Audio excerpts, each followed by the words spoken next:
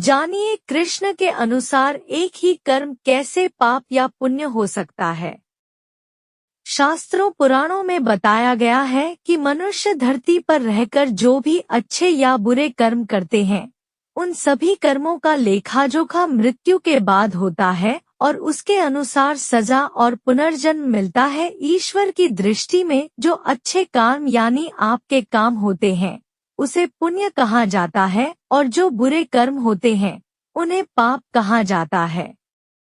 वैसे तो हम सभी यह जानते हैं कि ऐसा कोई भी कार्य जो किसी को दुख या कष्ट पहुंचाने के उद्देश्य से किया जा रहा हो, अनुचित हो, वो पाप की श्रेणी में आता है। वहीं दूसरी तरफ अगर इस कार्य का उद्देश्य किसी का हित करना हो, किसी की भलाई करना हो या किसी जरूरतमंद की सहायता करना, तो उसे पुण्य कहा जा सकता है।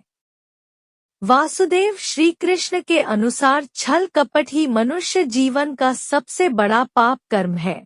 श्री कृष्ण कहते हैं, व्यक्ति काम, लोभ और क्रोध तीनों के वश में होकर पाप करता है।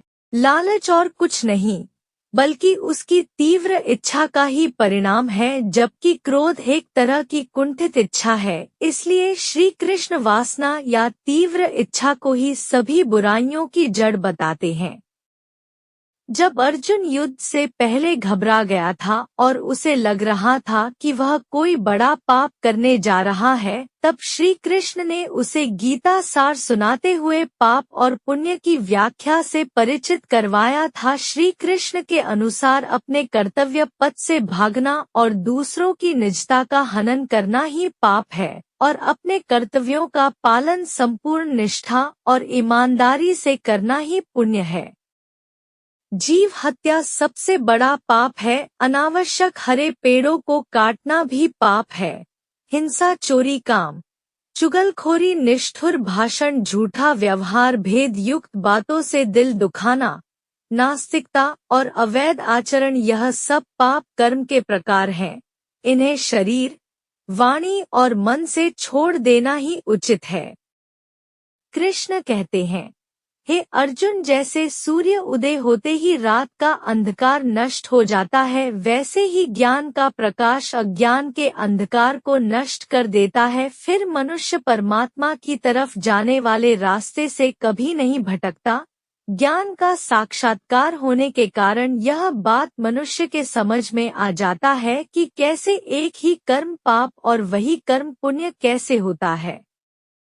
अर्जुन असमंजस की स्थिति में आकर कहते हैं, हे केशव, एक ही कर्म पाप और पुण्य कैसे हो सकता है। तब श्री कृष्ण अर्जुन से कहते हैं, मान लो एक मनुष्य किसी कमजोर बूढ़े मनुष्य का धन लूटने के लिए उसकी हत्या कर देता है, तो वह क्या है। अर्जुन कहते हैं कि यह तो पाप है। और यदि एक दुष्ट मनुष्य किसी अबला स्त्री के सम्मान का हनन कर रहा हो, तो उस अबला की रक्षा के लिए यदि किसी ने उस दुष्ट की हत्या कर दी, तो वह क्या होगा। अर्जुन कहते हैं, यह तो स्पष्ट है कि किसी असहाय स्त्री की रक्षा करना पुण्य ही होगा। यह सुनकर श्री कृष्ण कहते हैं, तुमने स्वयं ही अपने प्रश्न का उत्तर दे दिया है पार्थ।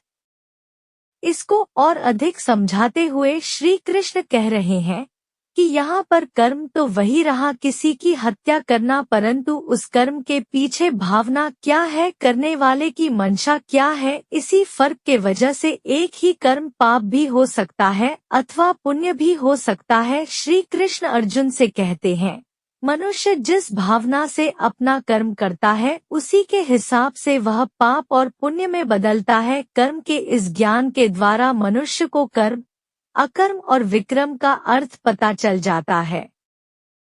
श्री कृष्ण के अनुसार मनुष्य धरती पर रहकर जो भी अच्छे या बुरे कर्म करता है, उन सभी कर्मों का लेखा-जोखा मृत्यु के बाद किया जाता है।